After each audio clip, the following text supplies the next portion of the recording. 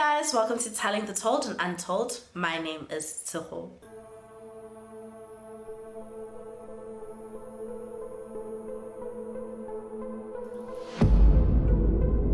Earlier this week, I learned about a case that happened in January 2023, so last year.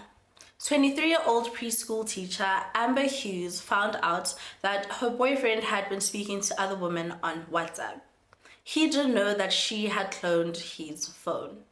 At the time, he was in Bulugwane house hunting and she was home with his 4-year-old daughter, Nada Jane. Amber was calling and messaging her boyfriend and she was extremely upset, and she said something along the lines of taking everything that he loves, and he automatically knew that something was wrong, and he called his friends and asked them to make their way to his home. They got there and the door was locked and they couldn't open it, and he told them to just do anything that they could to get into the house, even if it means breaking the door. And eventually they got inside the house and they found Amber lying on the couch and she had cut her wrists. They asked her where 4-year-old Nada Jane was, and she just pointed towards the bathroom, and once they got there, they were too late. She was lying face down in the bathtub and Amber had drowned her.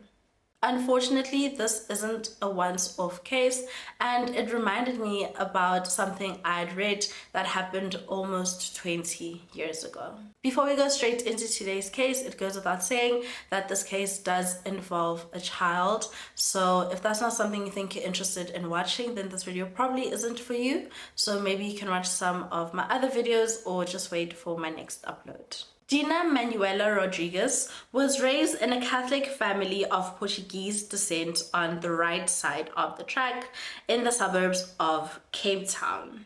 She was said to be the Laika Mikey, which is the late arrival of her family, and because of this she was raised by her elderly parents, and she was the youngest of 2 boys. She was her family's princess and could do no wrong.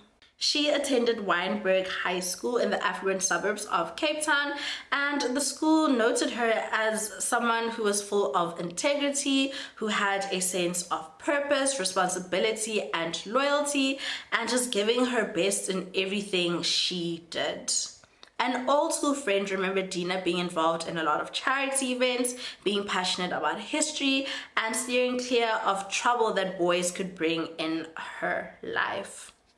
According to Dina's brother Orlando, Dina had lived a very sheltered life, and by her mid-20s, she was still living at home with her parents and even working in the family business called Dolce Luma Cape in the northern suburb of Milnerton in Cape Town. Dina's family held very old-fashioned ideas about women as well as unmarried women, and growing up Dina had a lot of insecurities like a lot of girls do as they grow into womanhood. She was worried about her weight, she doubted her looks, and she lacked self-confidence.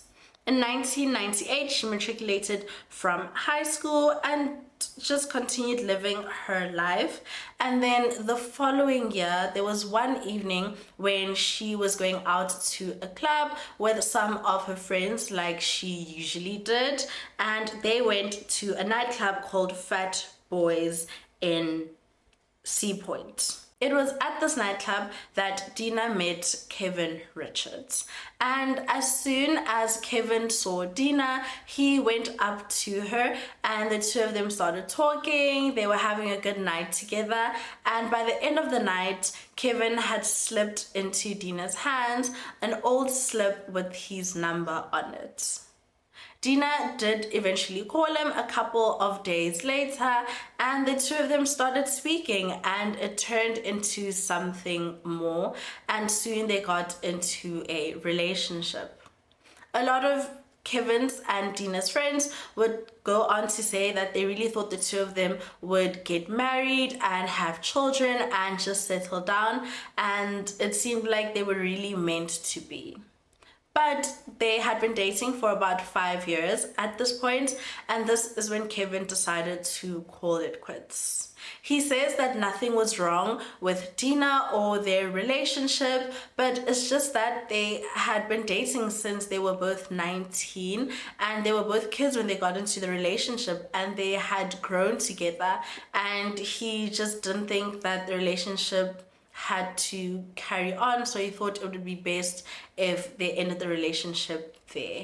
And Dina didn't want this. She really fought for them to stay together, but Kevin was set in his statement that their relationship should end, and eventually Dina got that into her head, and this is when she finally decided to move on.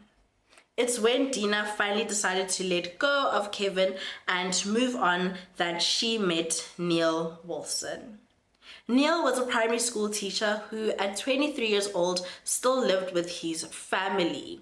Neil was nicknamed the Golden Banana because he had a way around women.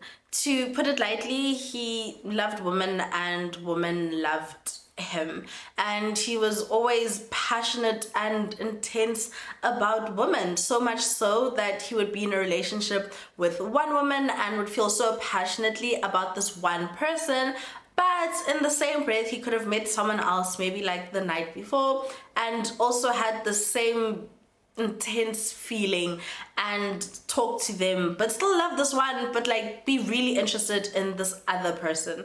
That just describes Neil. And Neil had been in his fair amount of relationships or sexual relations, and a lot with people in the same friendship groups or social groups. The chemistry between Neil and Dina's relationship escalated very quickly, and even in their early days of being together, Dina became quite obsessed with Neil, and she would later go on to say that she had little experience with relationships, and Neil was the first time she ever had like her first emotional and physical relationship, despite the fact that she had been with Kevin for 5 years.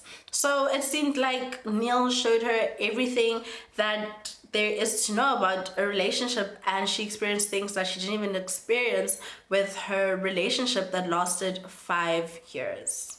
And even though Neil was younger than Dina by a few months, she would say that he was an experienced lover. By December 2004, Dina and Neil had been dating for a few months, and people around them said that their relationship seemed to be a bit serious. And it was during this festive season when Neil received a phone call from his ex-girlfriend, Natasha Norton. Neil and Natasha had dated earlier that year in February 2004, and their relationship lasted around 3 months. At the time, Natasha was 22 years old, and she was from a tightly bonded family. She was described as beautiful, she had soulful eyes, she had dimples, she was tall, athletic, and she was studying to be a personal trainer. After the two of them ended their relationship, Natasha soon met Julian, and their relationship became serious pretty quickly. And it was in their early stages of their relationship that Natasha found out that she was pregnant. And she just thought that her boyfriend Julian was the father. Months would go by, and in November, on the 30th, she gave birth to a baby girl who she named Jordan-Leigh Norton. And soon she would find out that the baby wasn't Julian's. And immediately she knew that there was only one other person who could be the father of baby Jordan, and this is when she decided to call Neil Wilson. Natasha was straightforward with Neil and just told him that she needed him to take a paternity test, but Neil was like frightened. Frightened isn't a good word, but he was like taken aback and he really couldn't believe it, and it took some convincing, but eventually he did agree to the paternity test.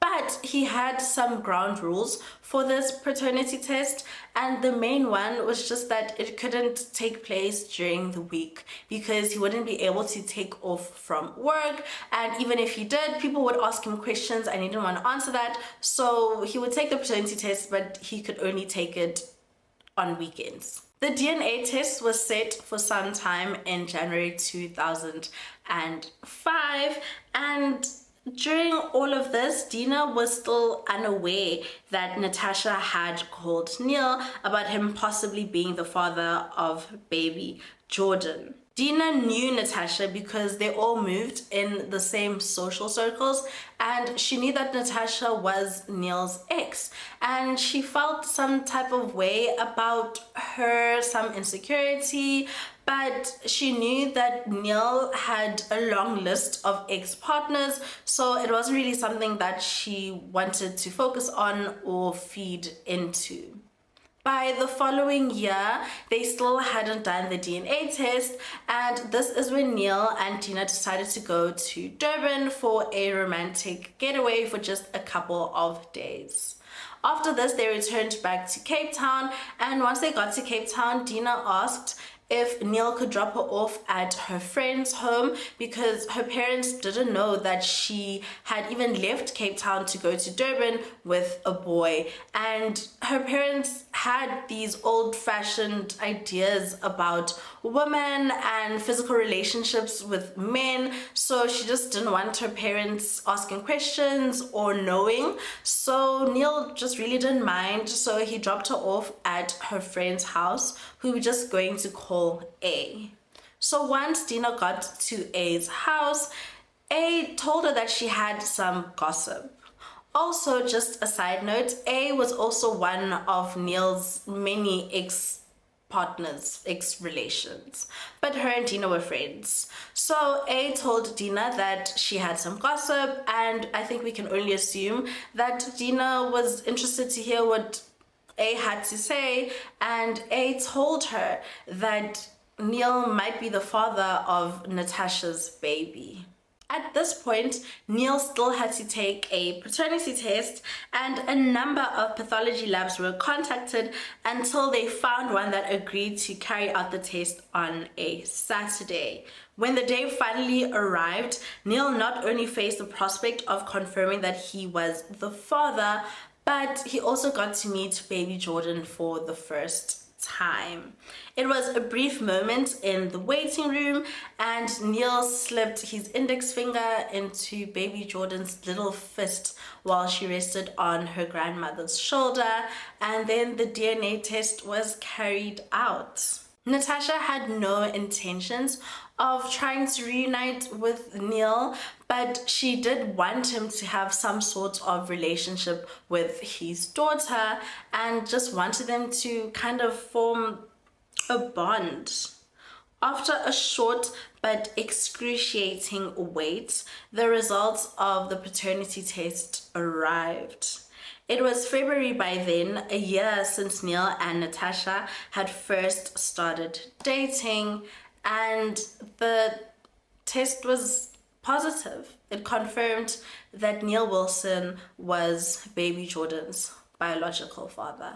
By this point, baby Jordan was 3 months old, and Neil made it clear that he wanted nothing to do with Natasha or baby Jordan, and he basically just told her that he was going to organize with his attorney so that they could just figure out maintenance.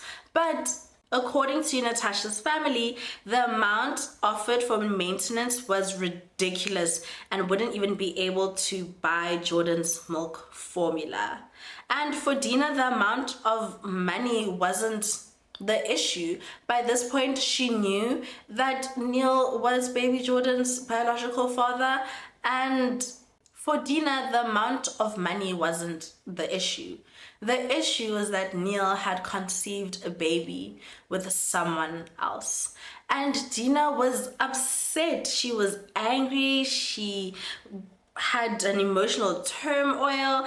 and they would discuss it, and at the same time she wanted to know everything about it, and she kind of became obsessed with asking Neil questions about baby Jordan. It was also around this time that Natasha started receiving text messages from an unknown number, and this person basically just told her that she had ruined Neil's life and would also call Natasha a slut. Natasha was still trying to kind of get a resolution for this situation with Neil, and she would constantly message him and try to find a way forward. And it was very difficult to get through to Neil. But finally, Neil's mother, Sandra, phoned Natasha and set up a meeting. And this meeting was all going to be based off of the Wilsons' terms. They were going to meet at the Wilson house. Natasha was told that she couldn't come with baby Jordan, she couldn't come with her parents, she couldn't come with anyone, she just had to come with herself. And Natasha was still really hopeful. She really thought that she could just try and talk to them, because she wanted baby Jordan to have some sort of relationship, not only with her biological father Neil, but also with her grandparents. And she was excited for this meeting, I guess you could say. She had a photo album filled with baby Jordan's pictures so that she could show baby Jordan's grandparents this thing.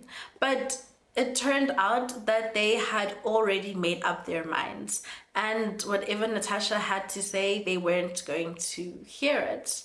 And by the time that meeting ended, Natasha left and the album hadn't even been opened. Another reason why this meeting probably didn't go well, and why Neil's parents were already set in their idea that they wanted nothing to do with baby Jordan, is because Dina had given Neil an ultimatum. She had told Neil that he had to agree to have no contact with his daughter, or she would walk out of his life forever. And so, faced with this ultimatum, Neil chose Dina. Baby Jordan was in safe hands. She had her mother Natasha, who loved her so much. She had her grandparents, Vernon and Anastasia, and she had her uncle, who was Natasha's younger brother, Dylan, and they lived on 15 Scout Road in Lansdowne. And they lived in a very tight-knit community, but more importantly, Natasha had brought up baby Jordan in a home that was filled with so much love. Not only did Natasha have her brother as well as her parents, but they also had Tobeka Buso, who was the nanny who cared for baby Jordan like she was her own child. For Dina though, baby Jordan was viewed as nothing more than just a hurdle in her quest to be Neil's everything. She had this fantasy and this idea of what she wanted her relationship with Neil to be like, what she expected, and baby Jordan kind of just snapped that fantasy that she had into half. And she couldn't imagine a life without Neil, and she just had to change this situation so that her fantasy could be whole again. Over the next few months, as the maintenance issue was slowly unraveled, Neil made it even more clear that he wanted nothing to do with Natasha and baby Jordan. He changed his number so that Natasha couldn't get in contact with him, and still, Dina still kept asking him never-ending questions about baby Jordan. On the 6th of June 2005, at the Norton home, the phone rang, and Natasha's mom, Anastasia, answered the phone, and someone on the other end said that they were Bobby, and they were a friend of Natasha's, and they just wanted to speak with her. Anastasia told this person that Natasha was asleep, but asked if she could take a message, and this Bobby person said no, it's okay, she would just call back later. And she did call back later. She called back and she got a hold to Natasha, But when Natasha was speaking on the phone, it was silent on the other end. And after this, she just dropped the phone and kind of came to this realization and said to her mom, like, I don't have a friend named Bobby. There were also other strange phone calls that week. And at this point, Natasha was home because she was off sick from work. And a few times when the phone would ring, Thobeka would answer the phone. And sometimes Natasha would answer the phone, but when she would answer the phone, it would always be silent on the other end. A few days after the strange phone calls started at the Norton home, Dina was turning 24 and it was time to celebrate her birthday. She got all dolled up and she went to a restaurant in Claremont with Neil as well as some of her friends, and they were just going to eat some good food, drink and have fun celebrating Dina's 24th birthday. But whilst they were at this restaurant in Claremont, Natasha walked in. And as soon as Dina saw Natasha, she just became consumed with jealousy and insecurity. I also wanted to add that at the table for Dina's 24th birthday, there were two girls who were her friends, but were also Neil's ex-lovers, partners. So a few days after the phone call started at the Norton house and the chance encounter with Natasha at the restaurant in Claremont, Dina had made her decision. She had already begun to plot baby Jordan's demise in her imagination, and she had also been making hints to Wilson of her thoughts, and she would often ask him how much would it take to get rid of the problem. So Dina made her way to the taxi rank at Killarney Gardens to find herself a killer. She arrived at the taxi rank in the comfort of her silver Opel Corsa and began asking around for a killer. And she was asking like it was the norm, like it was a normal thing. Like she was just asking for directions. Like she would go to one person, like, oh, do you know someone that could kill someone for me? You know, like she was just going around asking for an assassin, basically. And because she looked so out of place, 33-year-old Sipho Mfazwe, a taxi driver, crossed paths with her and asked what she was doing at the rank. And she told him that she was just trying to find someone to commit a crime for her. And Sipho asked what the crime was, and she told him a house break-in as well as killing a baby. On the 14th of June 2015, Zanathembe Gwada had 2 phone books in his hands and made his way to 15 Scout Road, Landstove, ready to deliver his performance. On that day, Dina as well as her parents were not in the house. They were out, and the only people there were Dylan, Natasha's younger brother, as well as Thobeka looking after baby Jordan. So Zanathembe got to the door and he rang the bell.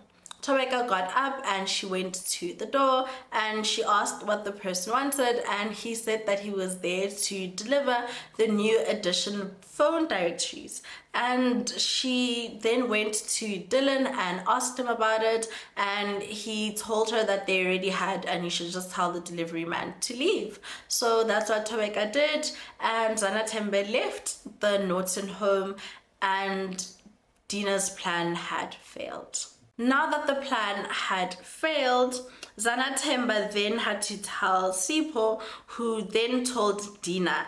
And this is when Dina came up with a plan B. And by this time, it was in the evening and everyone at the Norton family home was back home. Dina, her parents, Thobeka was there, baby Jordan, Dylan, and I guess we can just assume they had a normal night in. They were probably talking, laughing, eating dinner, and whilst they were doing all of this, Dina was coming up with another plan to get into that house. The Norton telephone rang and Dylan answered the phone. And on the other side was a woman, and she sounded so professional-like, and she told Dylan that there was a delivery that was going to be arriving the next day for Vernon Norton. And now that Dina had plan B set for the next day, she called Sipho again and instructed him to meet her in Killarney Gardens just like they had before. Sipho arrived at Killarney Gardens in his taxi, and there were 3 other men inside. There were Sipho, Mongezi, Zanatebe, and Bonginkosi, and they then saw Dina's car approach from the opposite direction and park diagonally across. Dina sat in her car waiting for Sipho to go to her. So he got out of the car, he went into Dina's car, and the 3 men that were left in the taxi just kind of spoke amongst themselves and were like, oh, look at that beautiful white woman in the Corsa. And then after that, Sipho got back into the taxi, and this time he had props for plan B. He was holding a box as well as a piece of paper. The very next day, on the 15th of June 2005, which was a Wednesday, plan B was in motion. See, Dina's family business involved managing deliveries, which meant that Dina got to handle waybills. And just in simple terms, waybills, from my understanding, is just like that piece of paper that she signed to confirm that you've gotten your order, and this waybill is the thing that like tracks all the deliveries from like different provinces, people's houses, and everything. And it's a very formal document. I think now in today's age, which is 2024, most deliveries use like phones that have apps, or even like an iPad, and not really like actual paper like they did in 2005. But of course Dina had access to this, so that's how she set up her plan B. The 4 men then walked towards the Norton home, and one of them was holding a box and the waybill. Inside the Norton home, Thobeka was feeding baby Jordan in the living room, and Dylan was asleep in his bedroom. The person who was holding the box and the waybill was 16-year-old Bonginkosi. And just like the day before, Dina and her parents were not home. As Thobeka was feeding baby Dina in the living room, she heard the doorbell ring. So she went to the door, and a person shouted from the other side that he had a delivery.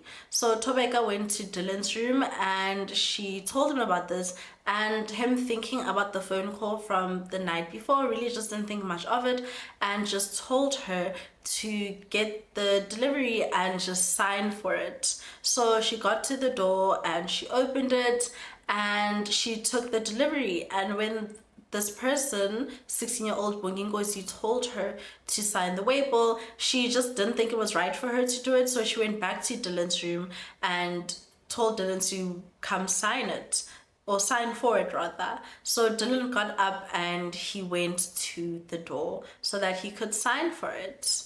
Once he got there, Bonginkosi didn't have a pen, so Dylan went looking around the house for a pen. He went back, he signed the waybill, and he just thought they were ready to leave.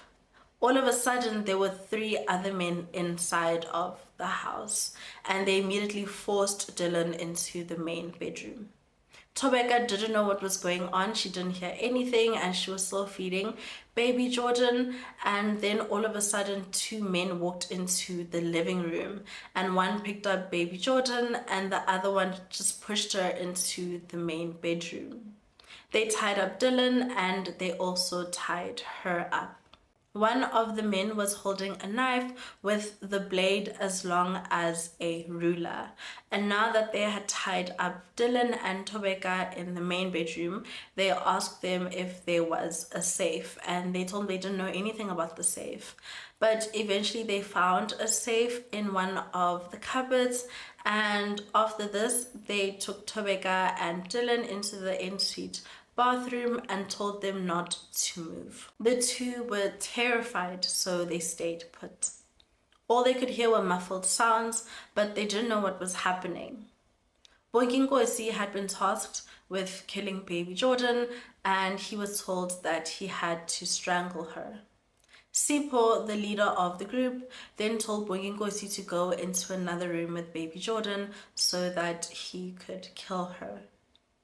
Once Bonginkosi got into the room, something in him switched.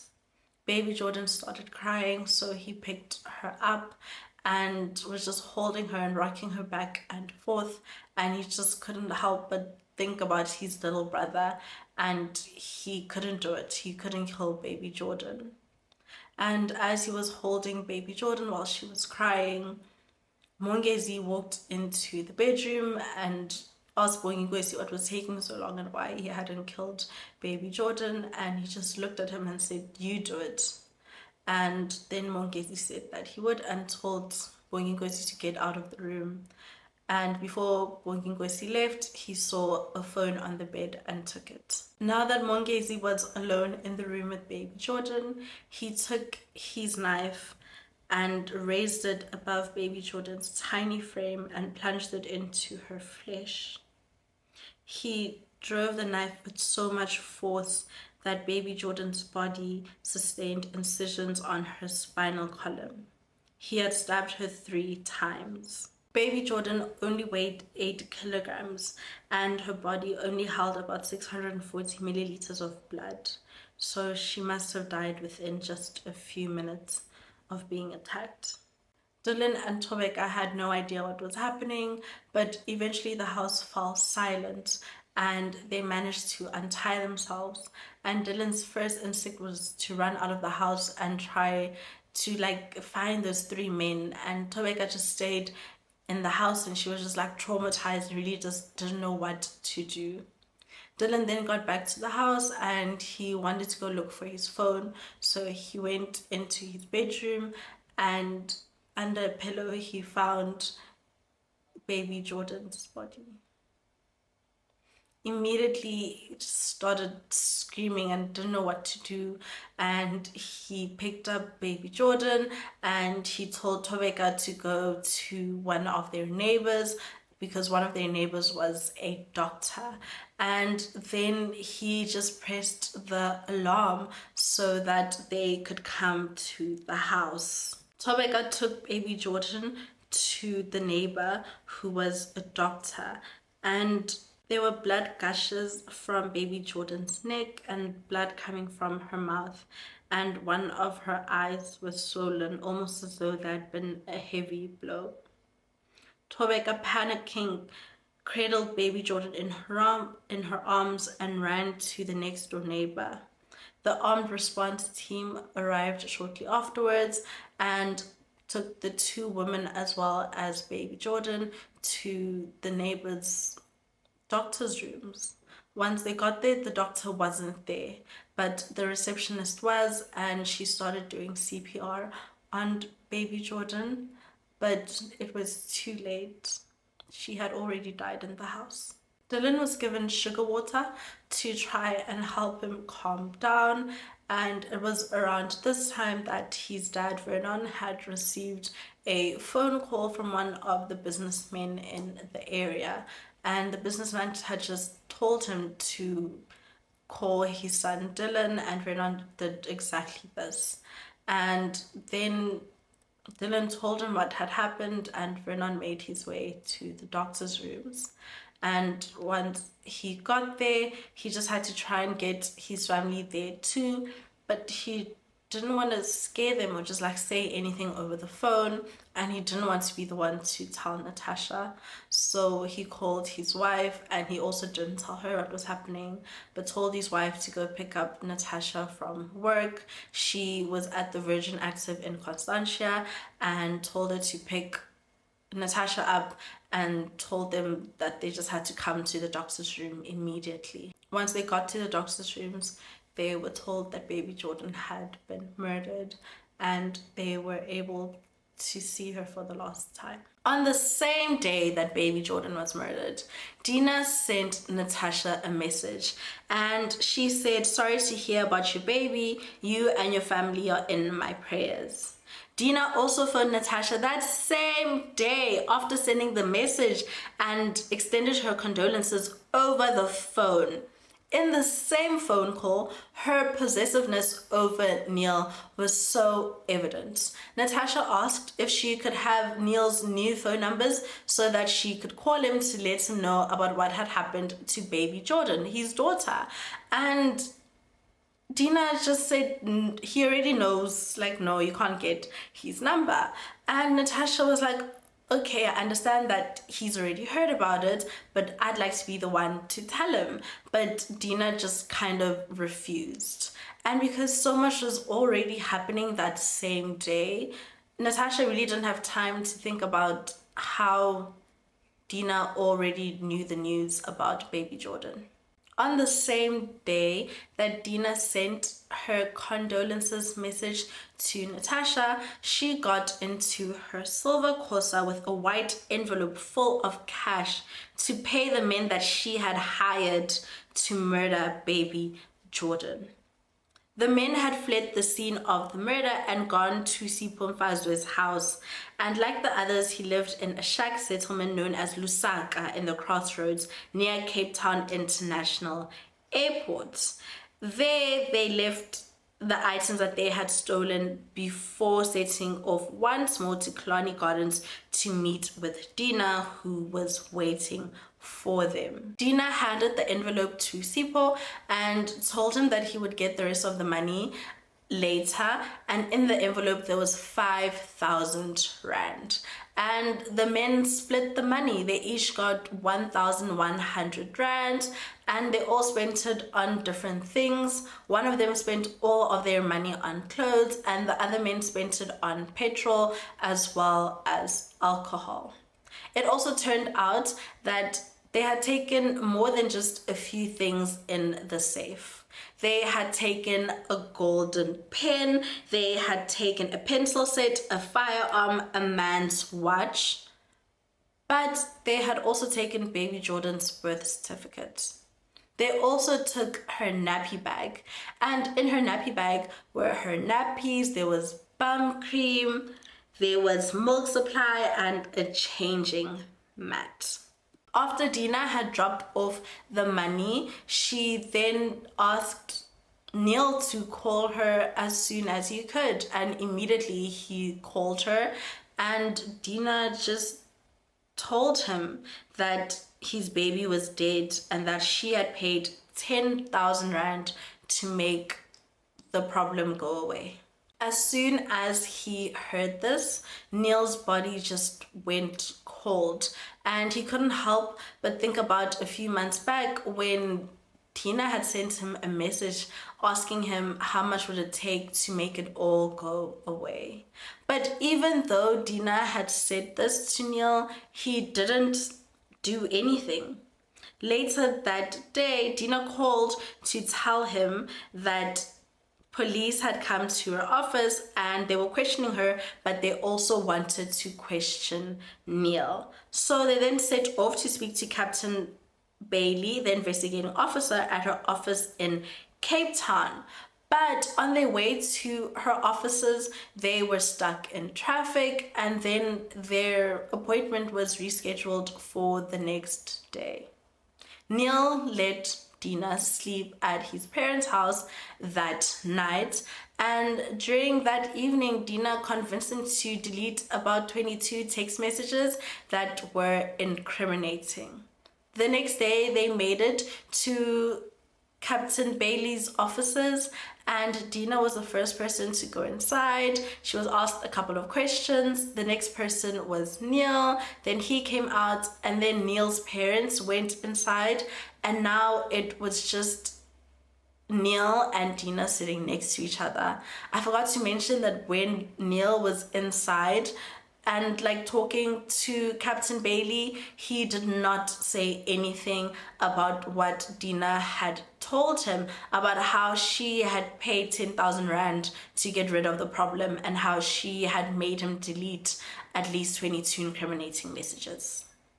Now that they were sitting outside of the offices and it was just Neil and Dina next to each other, Dina kind of just had this surreal moment and came back to reality, and she suddenly just said, "Oh my God, what have I done? What have I done? I'm going to jail." 2 days after the murder of Jordan-Leigh Norton, Dina Rodrigues was arrested on the 17th of June 2005. The waybill that she had made the men use was traced to her place of work. They also found another piece of crucial evidence, and that was the phone call that had been made to the Norton house on the 14th of June, where they had told Dylan that there would be a delivery for Vernon the next day.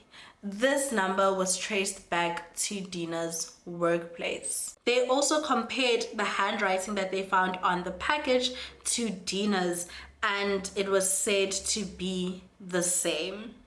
And after Dina's arrest, Neil's confusion seemed to evaporate, and he fully cooperated with the police and told them everything that he knew. Sipho Mongezi Mfazwe, Mongezi Bobchani, Zanathembe Kwata, and Bonginkosi Huisegenoot were arrested on the 2nd of July, less than 3 weeks after the murder. They found Dina, Sipho, and Zanathembe's fingerprints on the parcel. All 4 men came from the poverty-stricken townships where most of Cape Town's black population live. None of the men were fluent in English, and 3 of the 4 men were youths. Bonginkosi was the youngest. He was 16 years old. Zanathembe was 18, while Mongezi was 22 years old. And the oldest was Sipho, who was 33 years old, and he was the taxi driver that Dina had found. It was also during the trial that Dina came face to face with the men that she had hired. She had only ever seen Sipho, and now she would be sitting next to the 3 other men. Sipho Mongezi Mfazwe was the one to recruit Mongezi Bobchani, Zanathembe Kwata, and Bonginkosi Huisegenoot. He had a life partner, and he was the father of 2 minor children. Mongezi Bobchani was the one to stab baby Jordan 3 times and inflicted the fatal wound in her neck. He was an orphan, and he was the father of a minor child. He left school in grade 7 because of poverty, and he assisted a friend in a barber shop for which he received food and pocket money. He went through with everything because of the money that he was offered. He had never earned such a lot of money at one time in his life. It's also said that he did not show genuine remorse, and he gave a watered-down plea on the murder charge to exonerate himself, and he disputed his confession. Zanathembe Kwata was unemployed at the time, and he had shocked the entire community with his involvement. He had a reputation for staying quiet at home and keeping away from trouble. Bonginkosi Huisegenoot was the youngest, and he was still completing high school, but at the time he had already earned himself an unrelated robbery conviction. He was the one that gave a full confession. Then we have Dina Rodrigues, who was the mastermind. She was the one to recruit Sipho, and it said that she took advantage of the men's poor socioeconomic circumstances. She was the one who meticulously and obsessively planned the murder, and she pleaded not guilty and maintained her innocence throughout. The only reasonable inference the court can draw from the facts and circumstances is that Dina was obsessively jealous of Natasha, and in order to cut the ties between her and Neil, she had to eliminate baby Jordan. So in that sense, the court say that it was a crime of passion. Then they said, what rational explanation can there be other than the fact that emotional conflict drove her to commit this senseless and hapless crime? This, no doubt, reflects on her immaturity, both emotionally and intellectually. In January 2008, Dina Rodrigues, Sipho Mfazwe, And Mongezi Bobjani was sentenced to life imprisonment for the murder of baby Jordan-Leigh Norton. Zana Tembekwata and Huisegenoot received 15 years each for murder and robbery. On the 27th of January 2017, Zana Tembekwata was released on parole, and just over a year later, on the 15th of February 2018, Huisegenoot was released. In March 2023, so just last year, 18 years after the murder of Jordan-Leigh Norton, the Department of Correctional Services announced that in just 8 years, Dina Rodrigues will be eligible for parole. It's said that at Portsmouth Prison, where she is imprisoned, she became a hairdresser, and she's cheerful and happy. She was moved from Worcester Female Prison to Portsmouth, and she was awarded a BCom degree in 2008 and received a diploma for basic education in 2010. While behind bars, Dina also completed her degree in education in 2012 and became a teacher. Natasha Norton says that as much as people say it gets easier with time, she feels the total opposite, and that each year brings more heartache and longing. Jordan was only 6 months old, and she will never get to see her take her first steps or say her first words. She'll never get the chance to dress her for her first day of school or help her get ready for a matric dance, and that the list is endless. And there are so many things that had been taken away from her family. Natasha will always remember Jordan's big, piercing blue eyes, her cute smile, and her crawling all over the house. Jordan-Leigh Norton was a loving and sweet baby, always friendly and smiling. She touched so many lives in the short life that she lived.